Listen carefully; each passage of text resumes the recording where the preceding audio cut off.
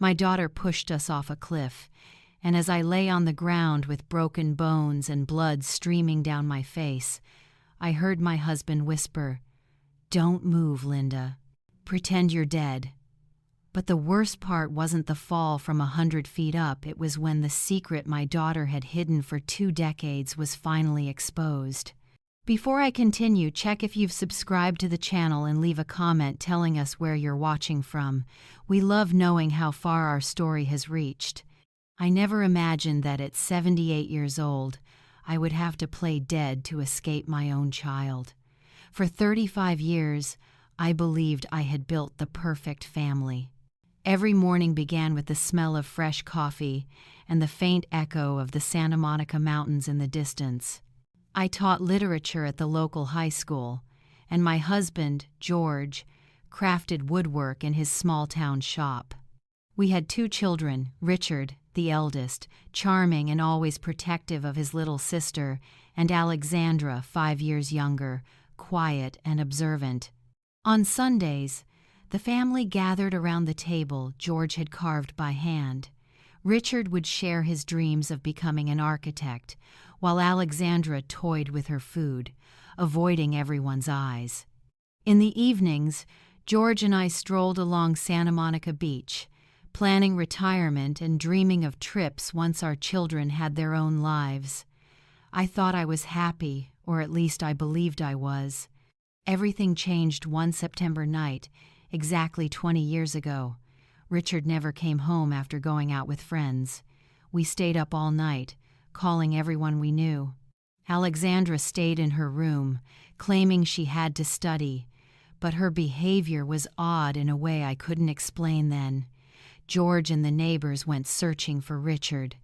By morning, they found his body at the base of a cliff near Santa Monica Beach. Police ruled it an accident, that he must have slipped in the dark. I never doubted it. How could I have imagined the truth? His funeral was the darkest day of my life. I wore the same black dress I had worn to my mother's funeral. Alexandra showed an eerie calm while I collapsed in tears. George held me up when my legs gave out. Only now do I understand why he carried a burden heavier than losing a son. After Richard's death, Alexandra changed completely. She became attentive, affectionate, helped around the house, and spent more time with us. I thought it was her way of coping with grief, of filling the void her brother had left. That was a cruel mistake. Years passed. Alexandra married Michael, a kind man from a small town in Oregon. They had 2 lovely children. For a while, I felt life was offering me a second chance. Michael called me Mom, and Alexandra followed in her father's footsteps, opening a woodworking shop of her own. The family seemed whole again. Everything appeared perfect. But now, lying at the bottom of that cliff with broken ribs and the metallic taste of blood in my mouth, I knew all that happiness had been nothing but a carefully staged lie. The first signs of trouble came a few months ago, when George and I decided to update our will. Between our beach house, the land I had inherited from my parents, and our savings, we had about $1.8 million in assets. Alexandra was the one who suggested we meet with a lawyer.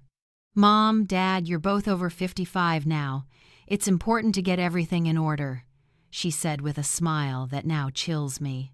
Michael sat beside her, holding my hand with the same fingers that would later push me toward death. "We love you so much and just want to make sure everything is protected," the lawyer added softly. Mr. Harris, a lawyer we had known for years, explained our options. We could set up a trust, divide assets for the grandchildren, or do a traditional will. Alexandra insisted she and Michael be named the sole heirs. "We'll divide everything fairly for the kids," she reasoned. "Besides, when you're older and weaker, you'll need us. It's better if we have access to resources to take proper care of you." The way she said it unsettled me, but George was persuaded. My husband always trusted too easily and agreed without much hesitation. I was reluctant, especially remembering how Richard used to promise he'd help us financially in our old age. But Richard was gone, and Alexandra was our only living child. We signed the papers on a Thursday afternoon. Michael, dressed in a neat suit, hugged me tightly after it was done. "Now we're officially bound as a family forever," he whispered in my ear. His words sent a shiver through me. That night, preparing dinner, I couldn't shake the feeling that I had made a terrible mistake. The following weeks were strange. Alexandra and Michael began visiting more often, but not for family bonding. They always came with advice about home renovations, investments, or life insurance. "Mom, you should think about selling this big house and moving somewhere smaller," Alexandra said while her eyes scanned every piece of furniture. "We could help you find a comfortable condo in downtown Seattle." But I loved that house. Every corner held 35 years of memories. The kitchen where I'd cooked thousands of meals, the workshop where George created, the garden where the grandchildren played. I couldn't imagine living anywhere else. When I said so, I saw a flicker of annoyance in Alexandra's eyes that made my blood run cold. "You're being unreasonable," she snapped a tone she had never used with me. "This house is too big for two old people. What if you fall down the stairs or something happens? We wouldn't get here in time." Michael nodded firmly. "Besides, the upkeep must cost a fortune. Selling now while the market is hot would be smart." George began to consider it, but I couldn't shake the feeling there was more behind their pressure. One night, after another tense discussion, I asked George if he found it odd that Alexandra was suddenly so interested in our finances. "Linda, she's just looking out for us," he said while brushing his teeth. "Maybe we should consider her advice. We're not young anymore." But in his eyes, I caught a shadow of doubt he wouldn't admit. Only now do I realize George had started piecing together things I hadn't yet seen. Things worsened when Alexandra suggested we grant her full financial power of attorney. "Just as a precaution," she explained, while Michael brewed tea in our kitchen as if he already owned the place. "If you get sick or something happens, we could handle it without legal trouble." She spoke so naturally it almost convinced me, but her insistence made me uneasy. I couldn't sleep that night. Lying awake beside George's steady breathing, I tried to understand why my anxiety ran so deep. The next day, I called my sister Sophia for advice. She had always been sharper and more suspicious than me. When I told her about Alexandra's pressure, she was silent for a long time before saying, "Linda, don't you find it strange that Alexandra is so eager to control your money? She has her own business, stable finances. Why does she need such tight control?" Her words hit me like a slap. She was right. Alexandra had never struggled financially, never borrowed, never seemed in need of our support. That afternoon, when Alexandra came again to talk about our future, I decided to confront her directly. "Sweetheart, why is it so important for you to control our finances? Your father and I are still perfectly capable." Her reaction was immediate and revealing. Her face hardened, and I saw in her eyes something cold and calculating. "Mom, this isn't about control," she said tensely. "This is about love, care, and family responsibility." But those words sounded more like a threat than affection. Michael, who had been quiet, chimed in with a calm yet firm tone. "Linda, we only want the best for you. It hurts to see you worry about things we could easily handle." That night, after they left, George and I had our first real fight in years. He accused me of being paranoid, of creating problems where none existed. I insisted something was wrong, that our daughter had changed too much. "George," I said while washing dishes, Do you remember Alexandra before Richard died? She was different, distant, hard to explain, but something about her always scared me. George stopped drying a plate and stared at me. In his eyes, I saw something I had never seen before: acknowledgement. "Linda," he whispered, "there are things about Richard's death I never told you." My heart pounded so hard I thought it might burst. His words struck like lightning. "What about Richard's death?" I asked, trembling. George sank heavily into the kitchen chair, where we had shared thousands of meals, where Richard once did his homework, where Alexandra always sat in silence. He covered his face with his hands, as if trying to erase the haunting memories of 2 decades. "The night Richard died," he began, his voice breaking. "Alexandra was not in her room studying like she claimed. I saw her leave the house around 8 p.m. I followed because her behavior worried me. She had been strange those days, angry, full of resentment." George paused, staring at his hands as though the terrible truth was etched into them. "I saw them arguing near the cliff. Linda, I heard them shouting horrible things at each other. My world started spinning. What were they fighting about?" I whispered, though part of me didn't want to know. George looked up, tears in his eyes, tears he hadn't shed even at Richard's funeral. "Money, Linda. Alexandra was furious because Richard was the eldest son, and by family tradition, he would inherit the majority. But there was more, something about money Richard had uncovered." "What money?" I asked, feeling the ground vanish beneath me. George exhaled deeply before continuing. A few days before his death, Richard had gone to the workshop to talk. He had discovered Alexandra was stealing from our savings. At first, small amounts, then larger ones. Richard had proof. He had investigated for months. My mind refused to accept what I was hearing. My daughter, the one who seemed so devoted after Richard's death, who cared for us, had been stealing long before her brother died. "Why did you never tell me?" I accused George, betrayal piling on top of grief. "Because by the time I reached the cliff that night, it was too late," he said hoarsely. "I found Alexandra standing beside Richard's body. Our daughter was trembling, crying, repeating, 'It was an accident. It was an accident.' She looked at me with desperate eyes and begged for help. 'Dad,' she said.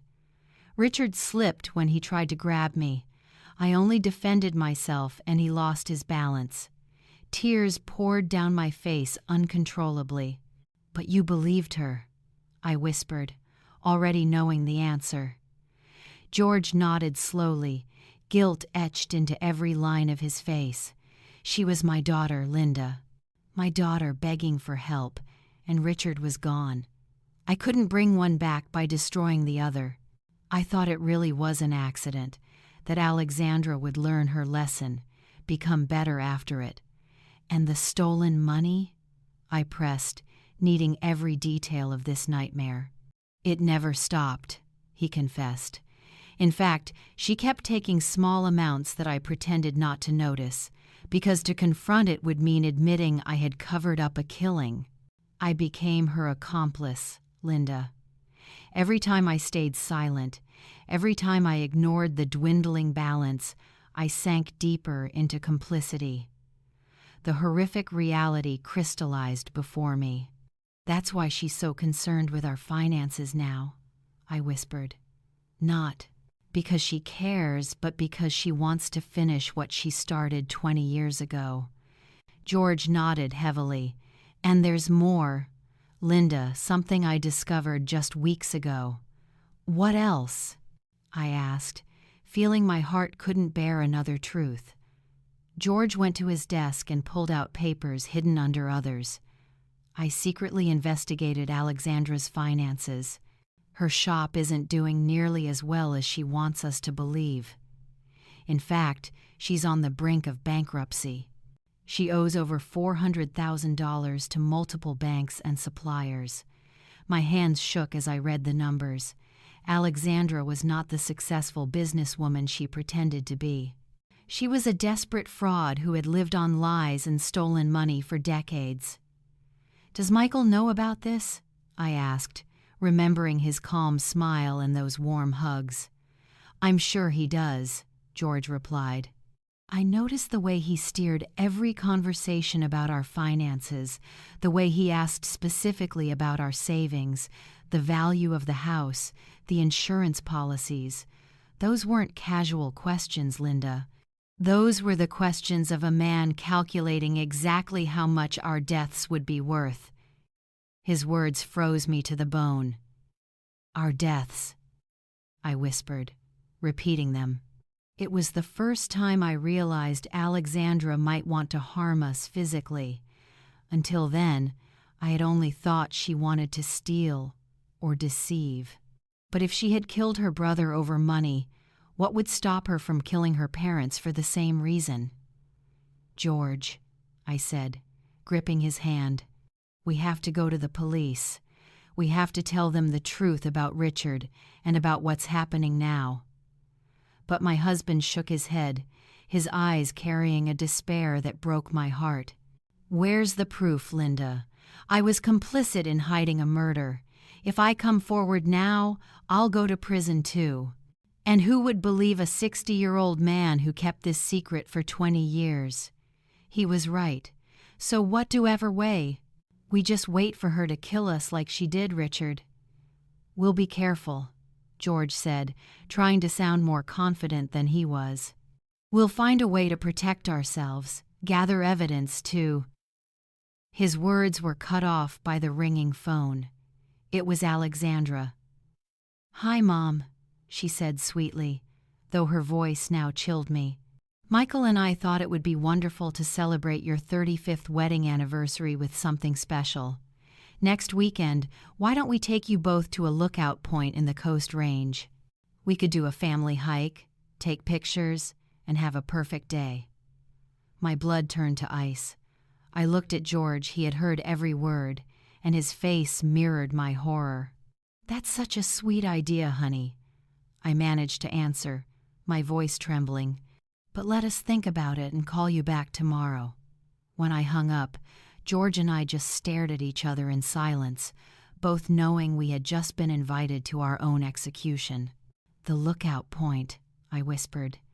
"They'll take us up there, kill us, and make it look like an accident." George nodded grimly. That night we didn't sleep a single minute. We held each other in bed, planning how to escape our own daughter. The days that followed were a nightmare of fear and pretense.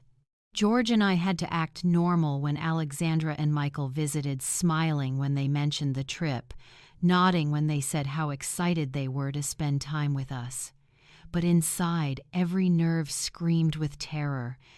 I knew I was looking into the eyes of the people responsible for my son's death, and now they were plotting to do the same to me and my husband. On Thursday afternoon, Michael arrived with a brand new backpack and that calm smile that now looked like the mask of a psychopath.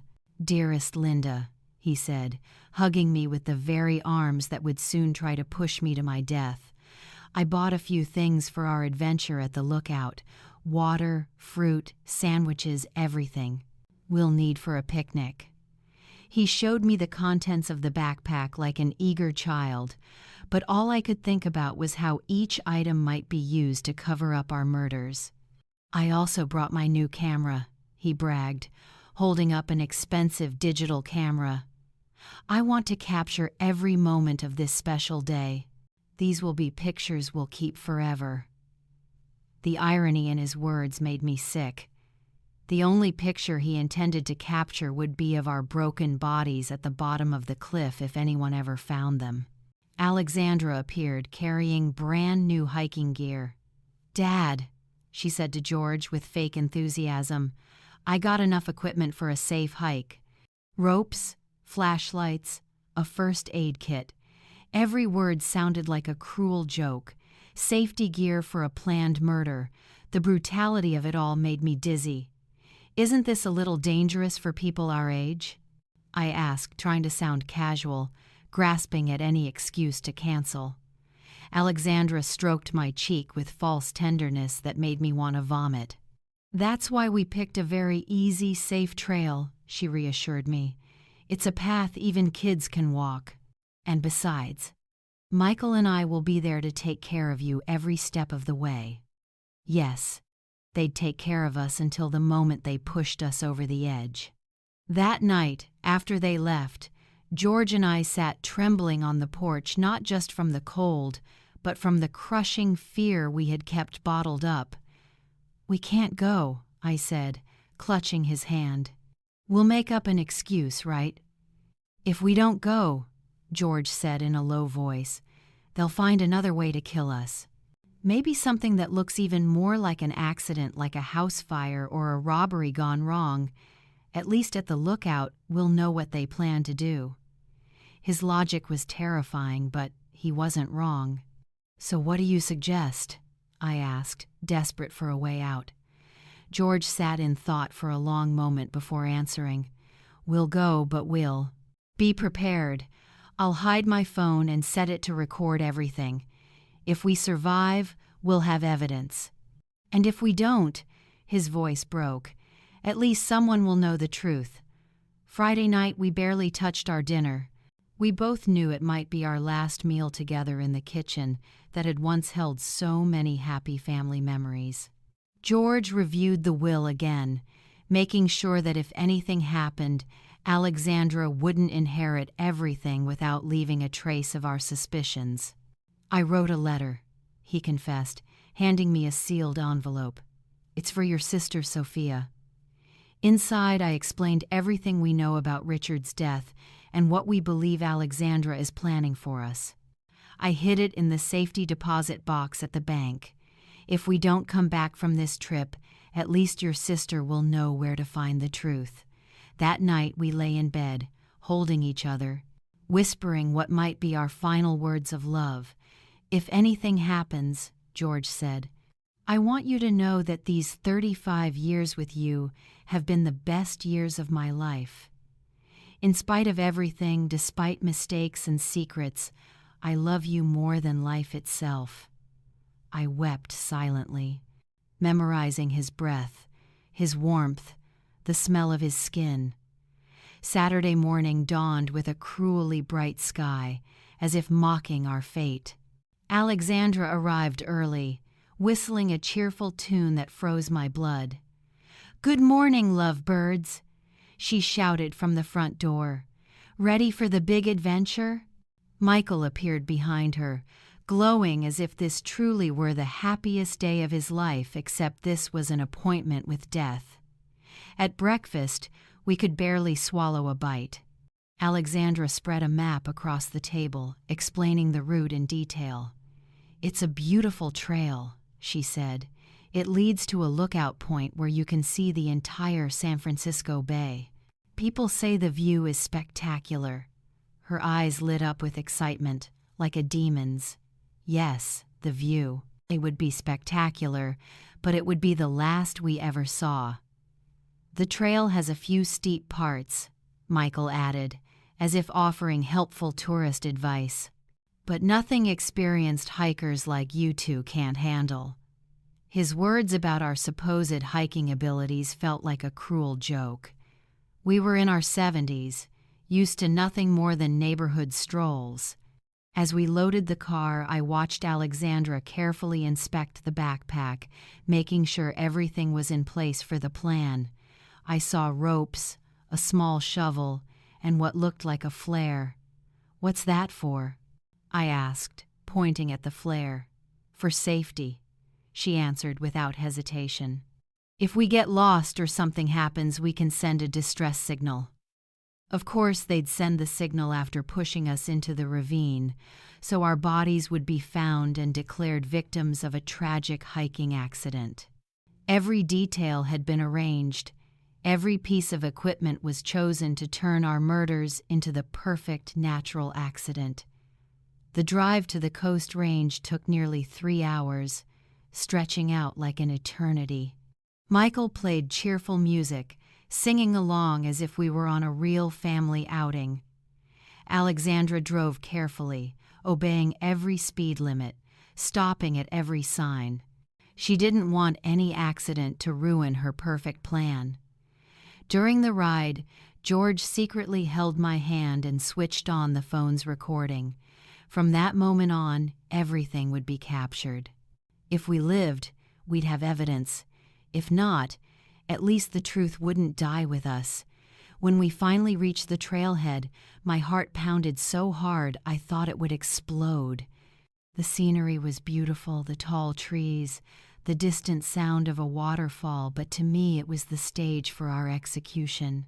Alexandra and Michael pulled the backpacks from the car, laughing and joking as though this truly was the happiest day of their lives. "Ready for the adventure?" Alexandra asked. And for the first time in 20 years, I saw that same cold light. In her eyes, the one I had seen the night Richard died. At first, the trail was easy, winding through thick trees and moss-covered rocks. Michael walked ahead, snapping pictures and commenting on the scenery. "Look at those wildflowers," he exclaimed, pointing at a cluster of purple blossoms. "And that cliff over there just stunning." His performance as the loving son-in-law enjoying a special day with his in-laws was flawless. Alexandra followed behind, pretending to make sure we didn't fall behind, but I felt her gaze like knives in my back. Every time I turned, she gave me that smile perfected over 20 years of lies. "How are you two doing? Need a break?" she asked with false concern. After an hour of hiking, we began climbing a steep incline. My legs felt like lead, and George was gasping for breath. We weren't used to this kind of exertion, and they knew it. They had chosen a trail that would wear us down, leave us vulnerable when the moment came. "We're almost at the lookout," Michael announced cheerfully. But from the map I had studied at home, I knew we still had at least 30 more minutes to go. That lie confirmed it. They never intended to reach the official lookout. The spot they planned to kill us was much closer. The entire way, I tried to memorize every detail, every tree, every rock, so that if we survived, I could tell the police exactly where it happened. George was doing the same. Sometimes our eyes met, filled with both terror and determination. We knew we were walking toward death, but also toward our only chance of proof. "Look over there!" Alexandra suddenly shouted, pointing to a large rock formation on the right. "From that cliff you can see an incredible view. Let's climb up and take some special pictures." My blood ran cold. That was the spot they had chosen. The cliff rose about 100 feet above the main trail, with a narrow, treacherous path leading up. The rocks were loose. There were few. Trees to grab onto if you slipped, and below lay a jagged pit of sharp stones. "I'm not sure we should," I said, forcing my voice to sound casual. "That path looks dangerous for people our age." But Michael was already heading toward the turnoff, carrying the backpack full of safety gear I knew he would never use to save us. "Come on, Linda," he coaxed, his voice smooth. "It'll only take a few minutes, and besides, Alexandra's right, the pictures from up there will be spectacular." The way he emphasized spectacular made me shiver. George squeezed my hand tightly, reminding me the phone was recording. We had to keep going, had to see it through to capture the evidence. If we refused, they would only find another way to kill us. The climb up the cliff was exhausting. Loose rocks slipped under our feet. Several times I nearly fell. The most terrifying part was realizing how perfect this spot was for murder. If someone accidentally slipped, there was no chance of survival. And more importantly, there were no witnesses. "Almost there!" Alexandra shouted from above, climbing quickly like someone who had trained for this moment. Michael followed behind her, then grabbed George and me, helping us up the final few feet. His hand clamped around mine like the claws of a predator. The view at the lookout was truly spectacular. From there, the whole valley stretched below, mountain ranges in the distance, and the ocean shimmering on the horizon. In another life, this might have been a beautiful family memory, but with the truth I knew, it was the stage for a nightmare. "Come here for a picture," Michael called, standing right at the edge. "I want the valley as the backdrop." George and I stepped forward slowly, each step carrying us closer to fate. I saw Alexandra moving behind us, calculating the angle, the distance. "Perfect," Michael said, raising the camera. "Now hug each other and smile." George and I held each other, perhaps for the last time, while he snapped photo after photo. Each flash felt like a signal that the storm was about to break. "Take one more," Alexandra suggested, stepping closer. "But this time move back a little so more of the scenery fits in the frame." One more step meant standing right at the cliff's edge. George and I locked eyes. It was time. We stepped back as told, feeling the solid ground vanish, nothing but open air behind us. Michael lifted the camera again, but this time I saw a different look in his eyes. No more pretending. The mask had fallen. "Smile," he said, his voice stripped of sweetness. "This will be your last picture." At that moment, Alexandra lunged toward us, arms spread wide. The plan was simple: push us off the cliff, snap a few photos of the accident, then climb down to recover our bodies. But George had been waiting for this moment. In the final second, he grabbed Alexandra's wrist and yanked her forward. "If we die, you're coming with us," he roared with a fury I had never seen. For a breathless instant, all four of us teetered on the edge, tangled in a deadly dance between life and death. Michael screamed, trying to pull Alexandra back, but the weight of all of us was too much. I felt the ground crumble beneath my feet, gravity taking control.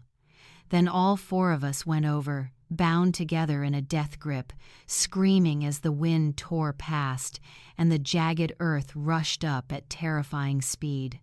In that endless second, I thought of Richard, of what he must have felt when Alexandra shoved him 20 years ago.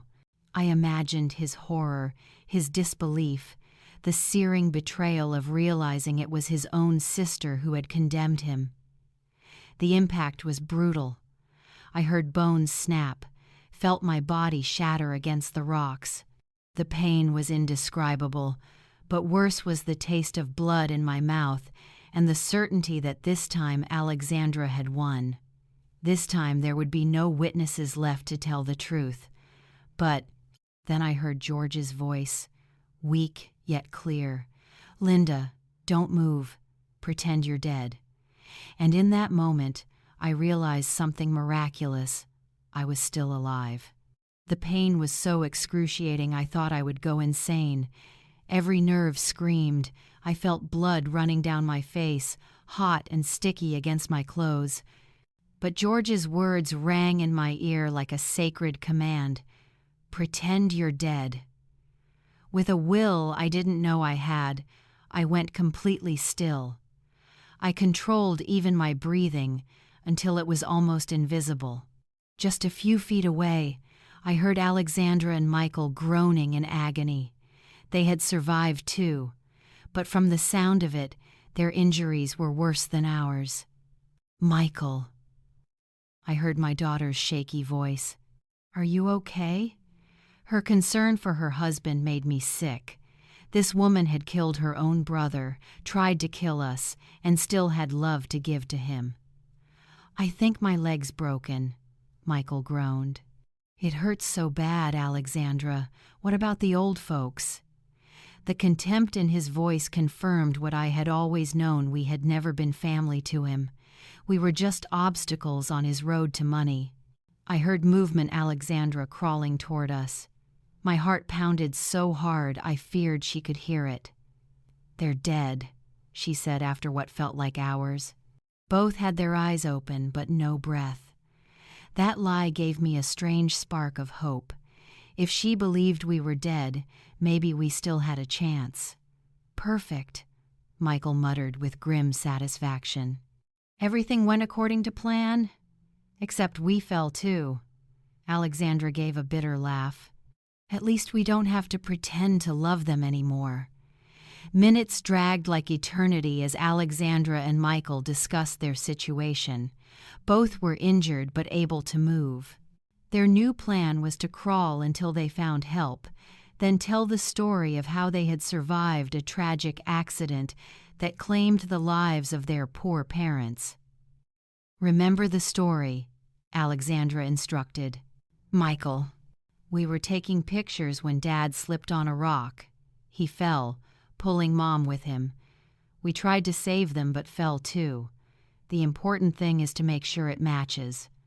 I know, Michael said. We've practiced it 100 times. We're the grieving survivors of a family tragedy. Poor us. We lost our beloved parents in a terrible accident. Their performance was so convincing that if I hadn't known the truth, I might have believed it too. Slowly, their voices faded as they dragged themselves off to find rescuers. When silence finally returned, George whispered my name so softly I barely heard it. Linda, are you okay? I whispered back, confirming I was alive but badly injured. My right leg's broken, he said through ragged breaths, and I think a rib's cracked. What about you? I checked myself.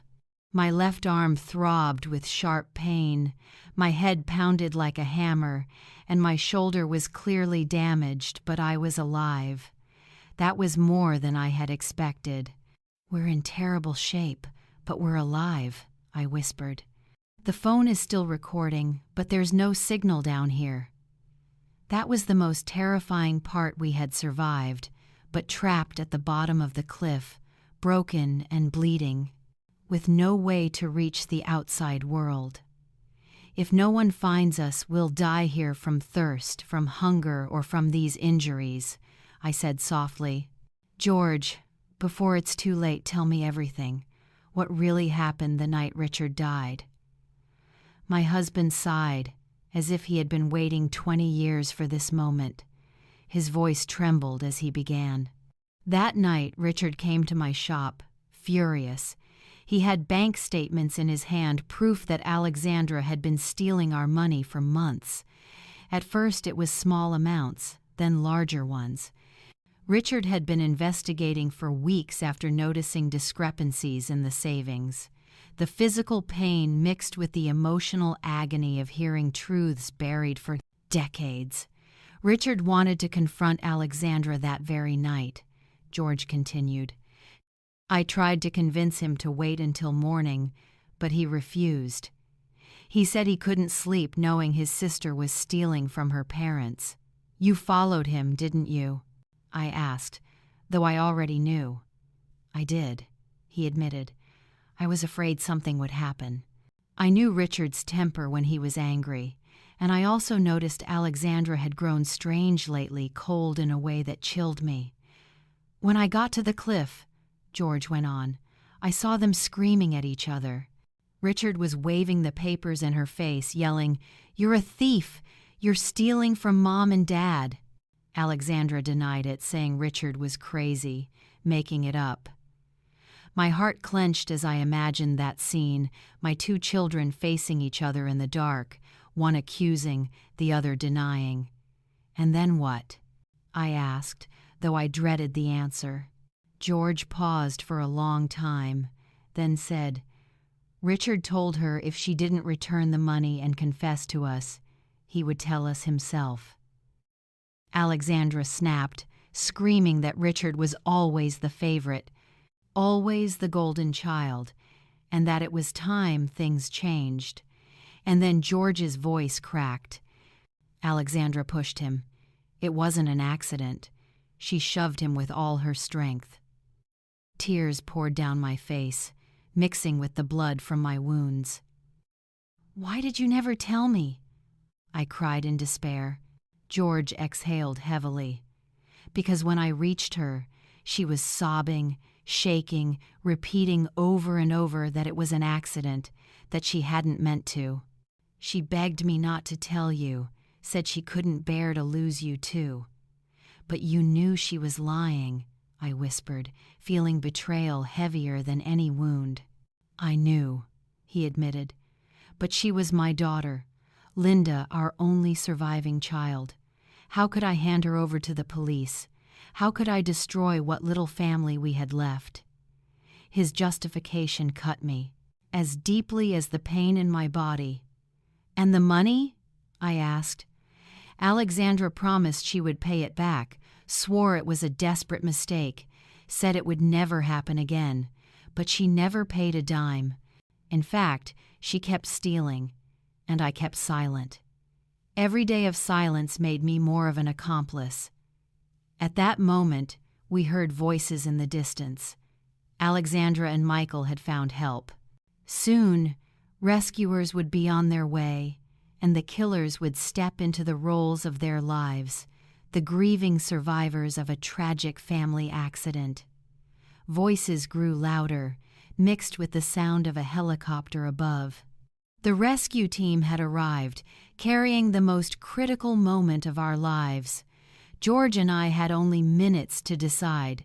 Should we keep pretending to be dead, waiting for the perfect moment to reveal the truth, or risk being saved alongside the very people who had tried to kill us? Linda, George whispered urgently. The phone recorded everything. We have Michael admitting the plan. We have Alexandra saying we were just obstacles. We have it all. But if they realize we're alive, they'll destroy the evidence before we can hand it to the police. He was right. If Alexandra and Michael discovered we had heard them, they'd try again, and this time it wouldn't look like an accident. This time it would be direct and final. We had to wait for the right moment. Down here, Alexandra screamed up. My parents! Please, hurry! Her performance was flawless, her voice breaking with grief. If I hadn't known the truth, I would have believed it myself. Stay calm, ma'am. A commanding voice called back, surely the rescue leader. We'll be down to check right away. Can you and your husband move? I heard ropes uncoiling, gear clinking as the rescuers prepared to descend. Michael perfected his role as the grieving son-in-law. I can't believe this happened, he sobbed. We were just taking pictures, so happy. Then it all happened so fast. The rock gave way, and they fell. Every word was a knife to my heart, knowing he would repeat it to the police, the media, anyone who would listen. The rescuers began lowering themselves down. I heard them getting closer, the thud of boots against stone, the clink of metal gear. George squeezed my hand secretly, reminding me we had to keep up the act. They're here, one of the rescuers shouted when they spotted us. 2 people at the bottom of the cliff. He came closer and began to check. I kept my eyes tightly shut, my breath so thin it was nearly invisible.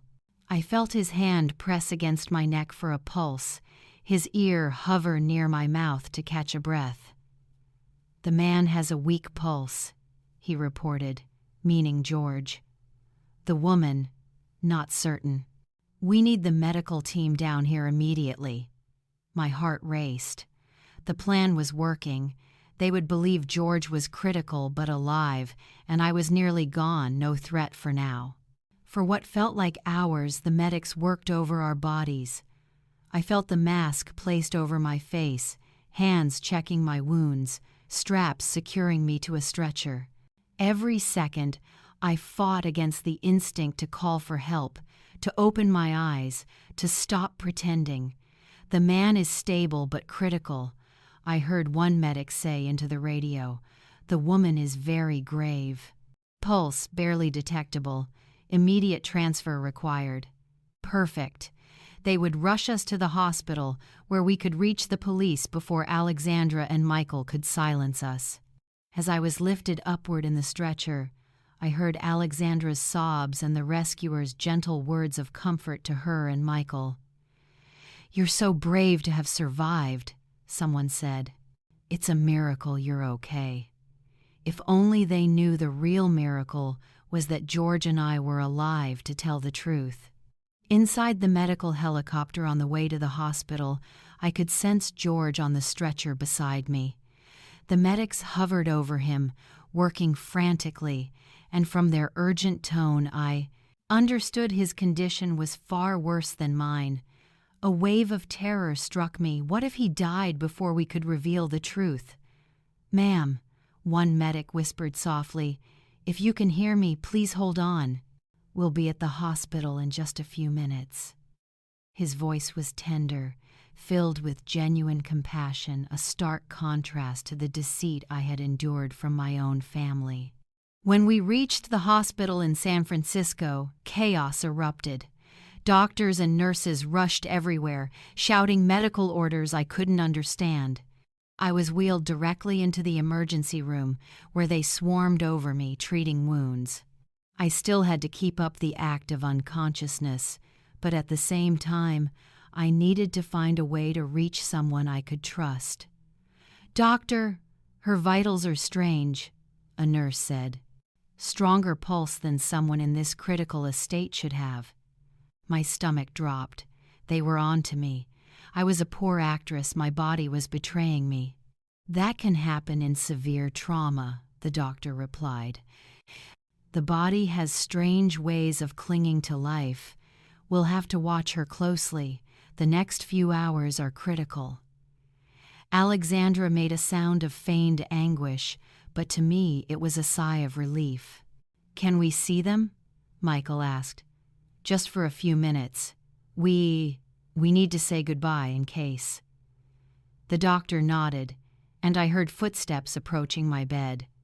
This was the most dangerous moment. I had to convince the killers I was truly dying. I felt Alexandra's presence right beside me. Her hand touched mine, and all I could do was stop myself from pulling away. "Mom," she whispered, "if you can hear me, I want you to know I love you. I'm so sorry this happened." Her words were poison wrapped in honey, sweet on the surface, deadly beneath. Michael leaned in on the other side. "Dear Linda," he murmured, "you were always like a mother to me. We'll never forget you." Lies. The only reason they would remember me was because I have to live with the truth of killing me. Then Alexandra bent close to my ear, whispering words that froze my blood. "Hope you've learned your lesson. Never ask too many questions about our finances. Some truths are meant to stay buried, like Richard." That was it. My plan had worked. Alexandra had confessed, and though I couldn't record it, a nurse in the room had heard every word. Her whisper rang in my ears like a direct admission of guilt. She had invoked Richard. She had admitted there were truths to bury. More importantly, she tied our questions about money to the so-called accident. But I needed more than that.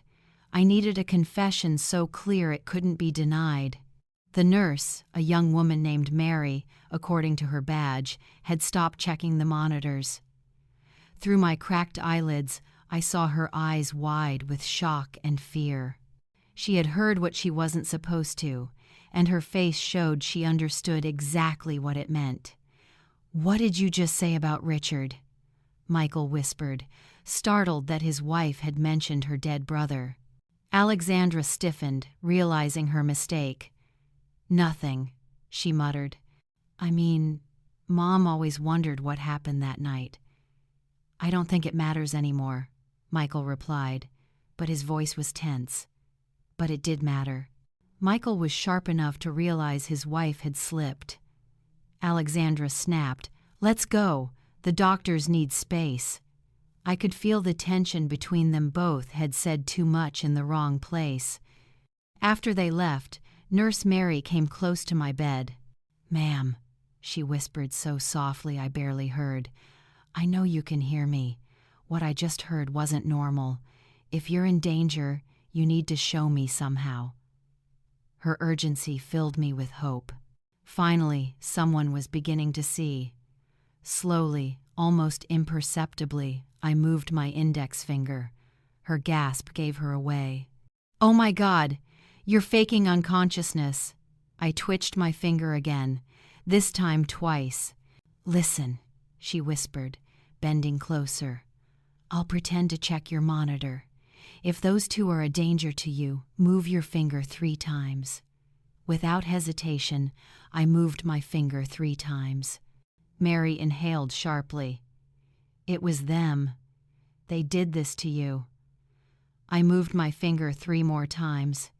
She pulled back, pretending to adjust the IV line, her mind spinning with the terrible truth. I could see her wrestling with what to do. At last, she leaned in again.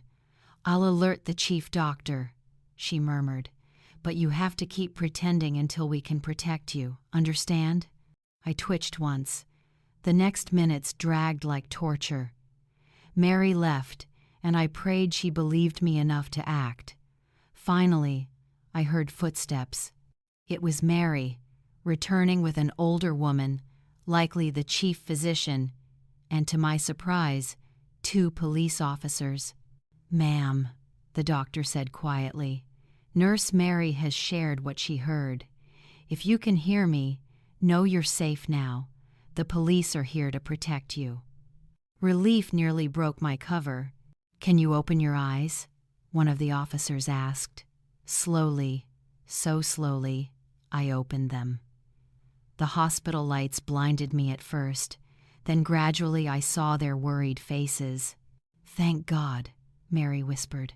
"I thought I was imagining things." "Ma'am," the officer said, a stern middle-aged man, "I'm Detective Martinez. We understand you're in grave danger. Can you tell us what really happened on the mountain?" My voice came out as a hoarse whisper after hours of feigning unconsciousness. My daughter and her husband pushed us." The hours that followed were a whirlwind of statements, recordings, and revelations. I told Detective Martinez everything I knew: Richard's death, Alexandra's theft, the pressure to change the will, and finally, the plan to kill us on the mountain.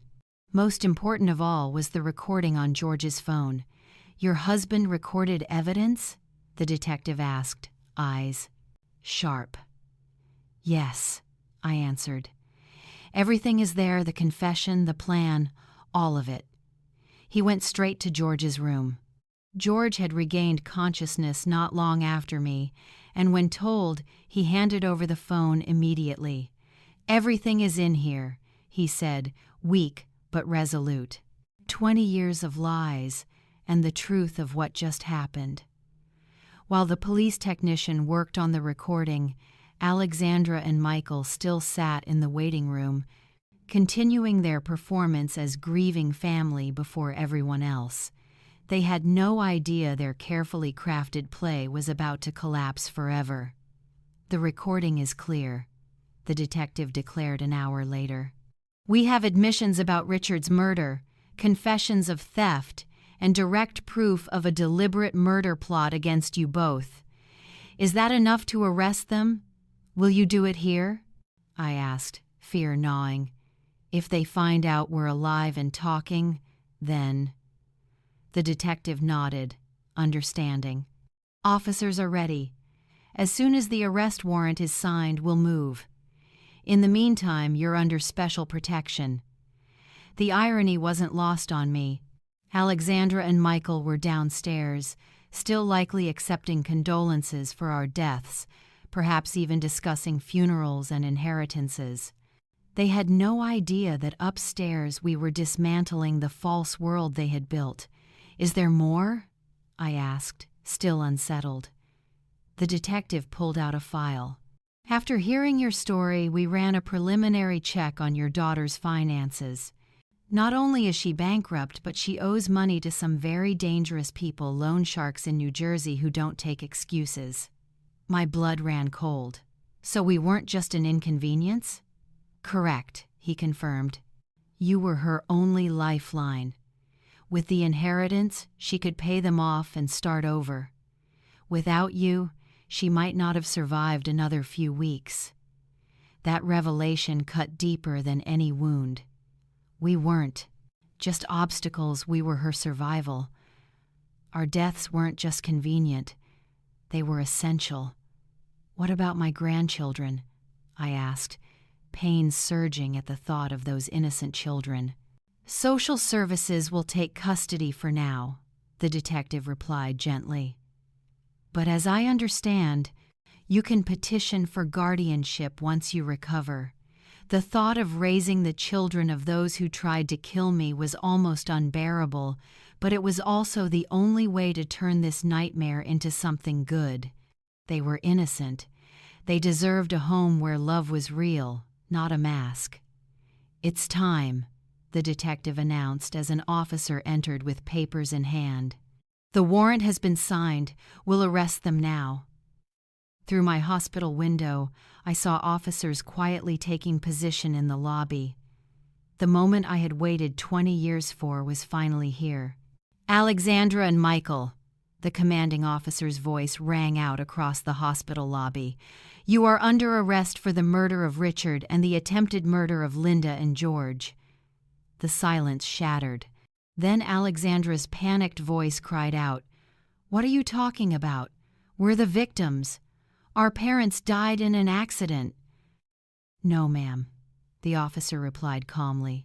"Your parents are alive and have provided full evidence of your crimes." An absolute stillness fell, then Michael's desperate shout, "No, that's impossible. We saw them die." They were dead. His accidental confession was recorded by police devices, adding another layer of proof. Moments later, I heard Alexandra begin to blame Michael. It was all his idea. "I didn't want to do anything. He forced me." And in his desperation, Michael screamed, "You were the one who suggested the cliff. You planned it from the start." Within minutes, their years of alliance crumbled as they turned on each other, each fighting to save themselves. An hour later, Detective Martinez returned to my room, his expression a mix of satisfaction and sorrow. "They've been arrested and are being taken to the station," he reported. "They're already trying to blame each other, which only strengthens the case.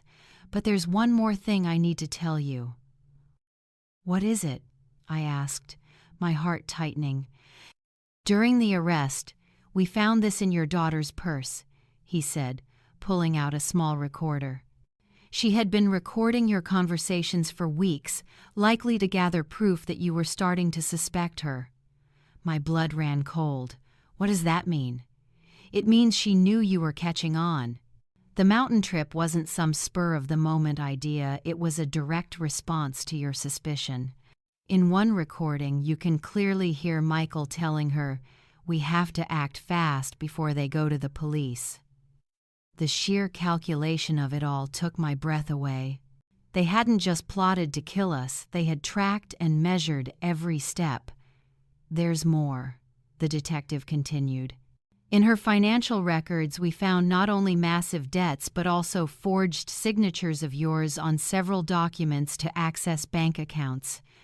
If you had died on that cliff, she would have gained immediate access to everything." Each revelation was another knife to the heart. My daughter hadn't just plotted my murder, she had been actively stealing from me, forging my name, betraying every ounce of trust. "How much did she take?" I asked, my voice shaking. "About $180,000 over the past 3 years, the detective answered. "Small amounts she assumed you wouldn't notice, but together it's substantial. The money George and I had spent a lifetime saving, every dollar hard-earned, had been fueling our daughter's luxury while she schemed to end our lives. The following days in the hospital were a whirlwind of interrogations, meetings with lawyers, and calls from reporters as the story spread. Local papers dubbed it the most devastating family betrayal of the decade. Reporters across the country wanted to hear our account.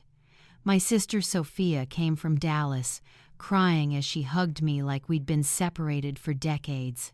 "Linda," she sobbed, I always felt something was off with Alexandra after Richard's death, but I never imagined she could go this far. And the children? I asked, thinking of my grandchildren now under temporary social services care. I visited them yesterday, Sophia said sadly. They're so confused, asking why their parents can't come home. They're far too young to understand. The lawyer we hired, Dr. Eleanor, a sharp yet compassionate woman, came with updates on the legal process. The case is strong, she assured us. With the recording, the confessions during arrest, and all the financial evidence, it's almost impossible for them to escape heavy sentences. But then she added, however, they're trying to negotiate for a lesser plea, claiming it was a crime of passion, not premeditation. A crime of passion? I burst out in fury.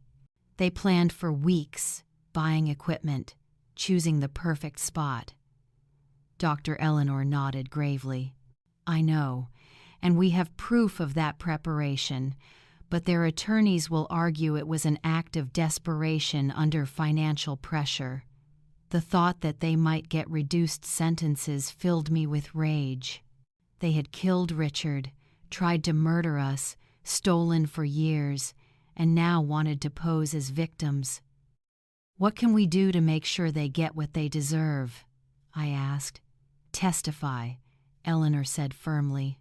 Your testimony, combined with all the evidence, will be vital for the jury to see the true nature of these crimes.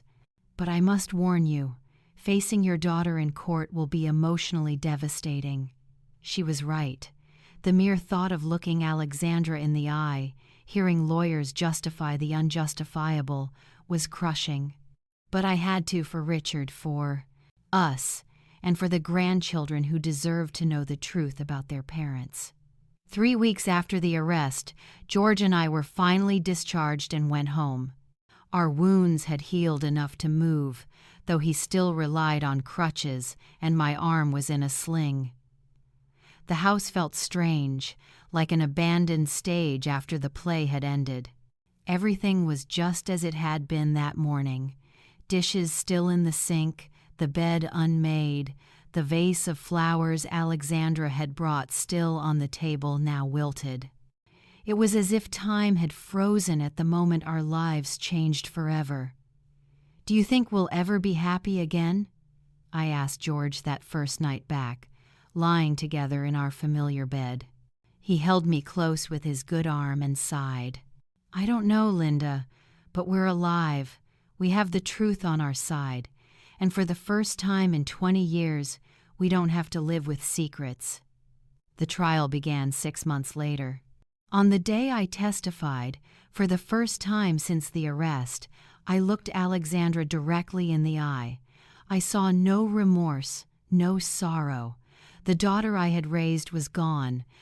Before me stood a stranger, cold, calculating, who had worn my daughter's mask for decades. When I finished recounting every horrifying detail, I turned toward her from the witness stand. Alexandra, I don't know who you are anymore. You're no longer my daughter. My daughter died the night you killed Richard. What's been living in her place these 20 years is a monster I unknowingly helped create. The jury deliberated for 2 days before finding Alexandra guilty of intentional murder for Richard's death and aggravated attempted murder for what she did to us. Michael received the same sentence as her accomplice. Both were sentenced to 30 years in prison without parole. A year later, George and I began the formal process of adopting our grandchildren. They were innocent, deserving of a chance to grow up with true love, not the manipulative, toxic version their parents gave. Every night when tucking them in, I told stories about Uncle Richard, the uncle they'd never meet. I spoke of his kindness, honesty, and dream of becoming an architect to build homes for happy families.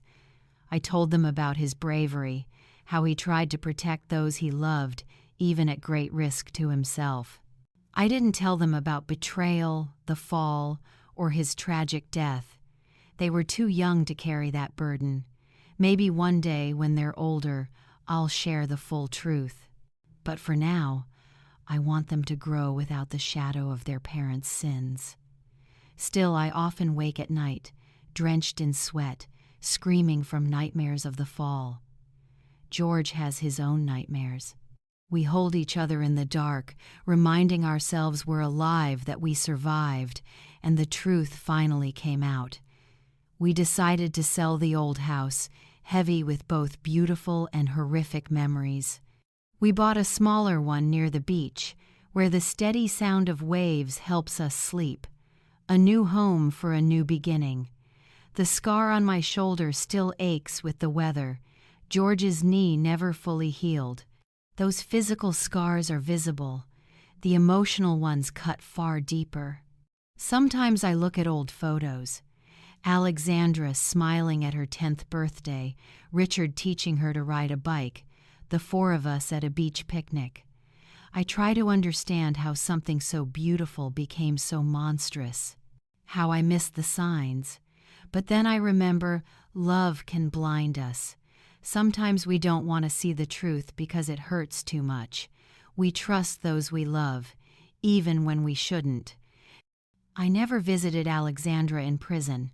I couldn't face the woman who murdered my son and tried to kill me. George went once but returned quieter than ever. He only said she showed no remorse, only rage at being caught.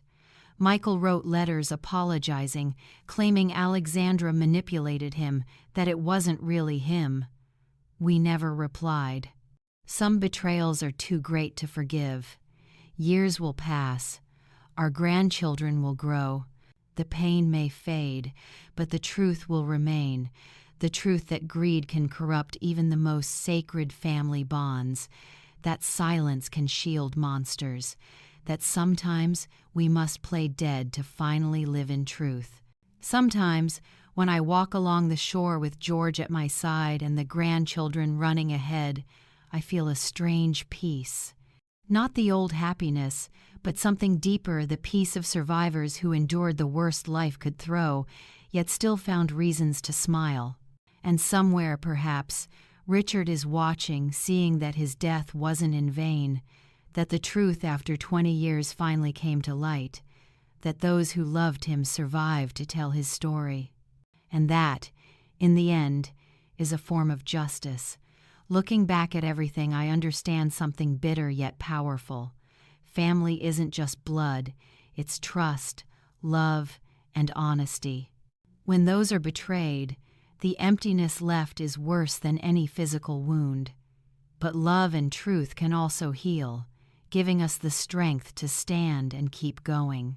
I lost part of my family, but I also found another meaning of kinship in my innocent grandchildren, in George's arms, and in the belief that justice finally prevailed. Life sometimes forces us to play dead to live truly, to lose in order to realize what's most precious. My story is just one slice of the countless trials families face.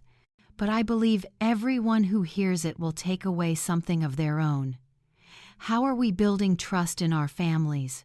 Have we ever closed our eyes to warning signs simply because love blinded us? I want to hear your thoughts. What do you think is the greatest lesson in this story? Share in the comments so we can talk, reflect, and learn together. And if you'd like to stay with us on this journey, don't miss the stories to come, where each of us can see a piece of ourselves reflected within.